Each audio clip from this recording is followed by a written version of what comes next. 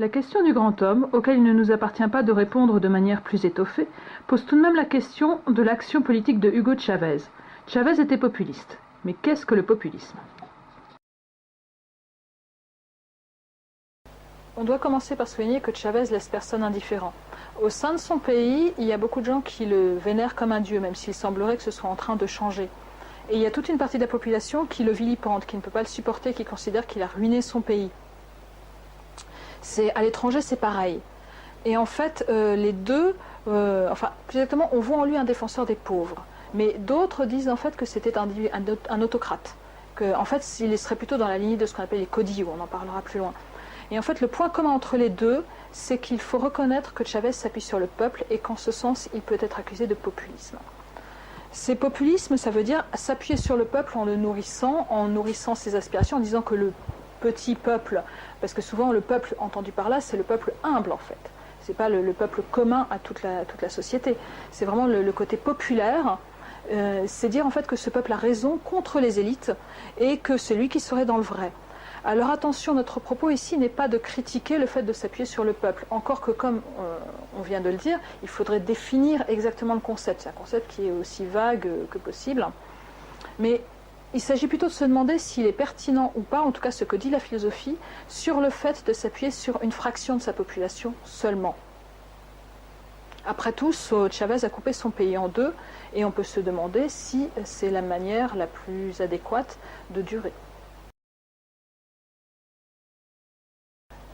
Montesquieu parle de l'esprit des lois, partie 1, livre 11, chapitre 6, qui s'appelle « De la Constitution d'Angleterre », de son thème bien connu, la séparation des pouvoirs. Il y en a trois sortes. Il y a trois sortes de pouvoirs, législatif, exécutif, judiciaire. Et en fait, pour Montesquieu, le problème, c'est comment garantir la liberté. Et pour garantir la liberté, il faut que ces trois pouvoirs demeurent bien séparés. Si l'un commence à empiéter sur l'autre, c'en est fait de la liberté.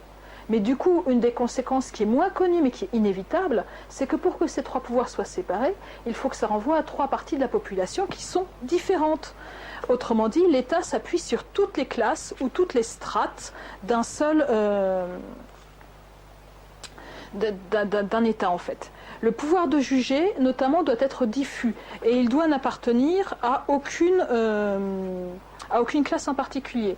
Comme il écrit, de cette façon, la puissance de juger si terrible parmi les hommes, n'étant attachée ni à un certain état, ni à une certaine profession, devient pour ainsi dire invisible et nulle. C'est-à-dire que des juges, il doit y en avoir un peu partout pour qu'on ne puisse pas les localiser dans telle ou telle strate sociale. Donc le pouvoir judiciaire s'appuie sur l'ensemble de la société au sens atomique, c'est-à-dire qu'on s'appuie sur tels et tels individus. Le pouvoir législatif, lui, appartient au peuple, mais par le biais de représentants. Comme il l'écrit, comme dans un État libre, tout homme est censé avoir une âme libre et doit être gouverné par lui-même, il faudrait que le peuple encore eût la puissance législative, mais comme cela est impossible dans les grands États et est sujet à beaucoup d'inconvénients dans les petits, il faut que le peuple fasse par ses représentants tout ce qu'il ne peut faire par lui-même. Donc, en fait, on voit que le pouvoir législatif appartient au peuple, mais pas seulement. Ça appartient aussi aux nobles, parce que Montesquieu reconnaît que, quelle que soit son origine, il y a toujours une noblesse dans le pays. Il dit des gens distingués par la naissance, les richesses ou les honneurs, ce qui ne veut pas dire que ce sont toujours des nobles de naissance. Mais s'ils étaient confondus parmi le peuple et s'il n'y avait qu'une voix et qu'il n'y avait qu'une voix comme les autres, la liberté commune serait leur esclavage et ils n'auraient aucun intérêt à la défendre parce que la plupart des résolutions seraient contre eux. C'est logique, ils seraient moins nombreux. Aristocratie, normalement, il y en a moins. Donc, ils seraient condamnés à être asservis par les autres. Ainsi, la puissance législative sera confiée au corps des nobles et au corps qui sera choisi pour représenter le peuple. En fait, Montesquieu pense à un pouvoir législatif qui serait bicéphale, c'est-à-dire qu'il y aurait deux chambres. Il y aurait une chambre du peuple et une chambre des représentants, des représentants de la noblesse. Et enfin, le pouvoir exécutif doit appartenir au monarque. Ce qui veut dire que pour Montesquieu, véritablement, il faut faire appel à tous les différents états de la société, tout ce qu'on appelle les classes sociales ou les strates sociales, comme on veut le dire, et l'État s'appuie sur tout le monde pour durer et pour garantir la liberté. Il faut que chacun fasse partie et se reconnaisse dans l'État. Machiavel, au contraire de Montesquieu, écrit un livre, Le Prince, plus ancien, où pour se maintenir au pouvoir, le prince peut user de tous les artifices et notamment il doit s'appuyer sur l'adhésion de son peuple. Mais cette adhésion est fondée sur une illusion, pas sur une réalité, sur une mise en scène. Et en fait, au chapitre 8 de son ouvrage, Machiavel, qui fait œuvre de pragmatisme, nous dit qu'il faut se faire aimer et craindre des populations.